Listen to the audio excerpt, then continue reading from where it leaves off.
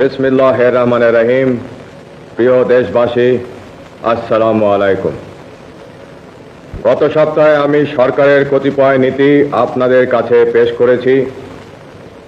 এবার দেশ গঠনে জনগণের অংশগ্রহণের পরিকল্পনা ও সরকারের কার্যক্রমের আরও কয়েকটি দিক আপনাদের সামনে তুলে ধরতে চাই।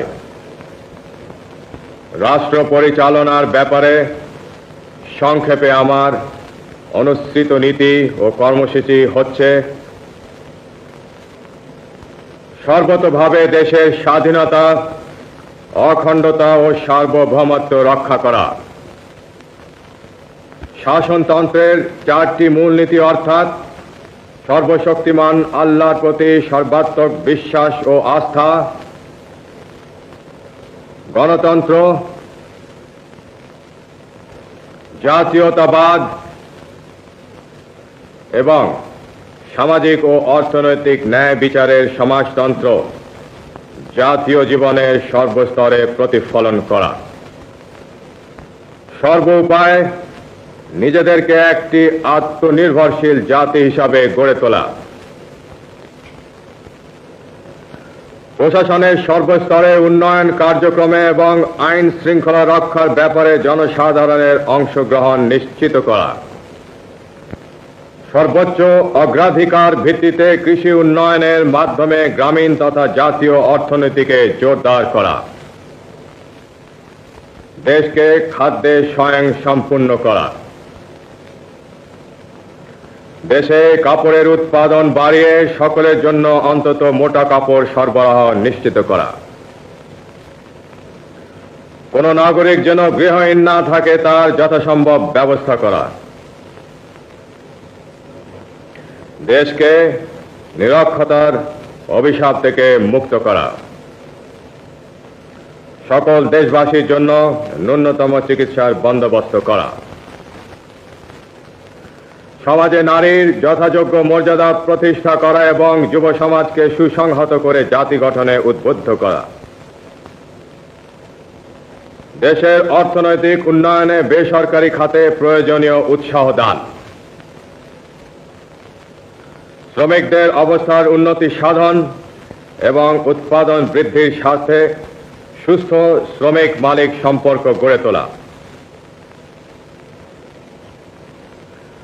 সরকারি চাকরিজীবীদের মধ্যে জনসেবা ও দেশ গঠনের মনোবৃত্তি উৎসাহিত করা এবং তাদের আর্থিক অবস্থার উন্নয়ন করা। জনসংখ্যা বিস্ফোরণ রোধ করা। সকল বিদেশি রাষ্ট্রের সাথে সমতার ভিত্তিতে বন্ধুত্ব গড়ে তোলা এবং মুসলিম দেশগুলোর সাথে সম্পর্ক বিশেষ জোরদার করা।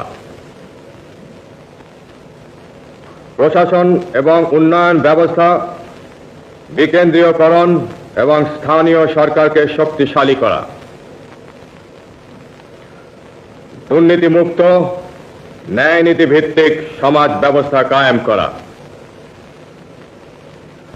ধর্ম, বর্ণ, গোত্র নির্বিশেষে সকল নাগরিকের অধিকার পূর্ণ সংরক্ষণ করা এবং জাতীয় ঐক্য সংহতি সুদৃঢ় করা। আমার বিশ্বাস, এই নীতির ফলশ্রুতি হিসাবে ইনশাআল্লাহ দেশে সুখ ও শান্তি বিরাজ করবে এবং জাতি উন্নতির পথে দ্রুত এগিয়ে যাবে। গণতন্ত্রের প্রতি আমার অবিচল আস্থার নিদর্শন স্বরূপ আমি সুপ্রণোদিত হয়ে আমার অনুসৃত নীতি ও কর্মপন্থা এবং আমার নিজের উপর আপনাদের আস্থা যাচাই করার জন্য আগামী 30শে মে গণভোট ঘোষণা করেছি। আমি আশা করব আপনারা নিজেদের ভোটাধিকারের পূর্ণ সদ্ব্যবহার করে আমার প্রতি আপনাদের আস্থা সম্পর্কে স্পষ্ট রায় দেবেন।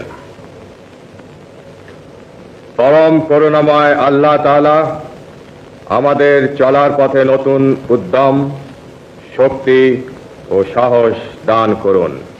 খুদা হাফিজ। বাংলাদেশ জিন্দাবাদ।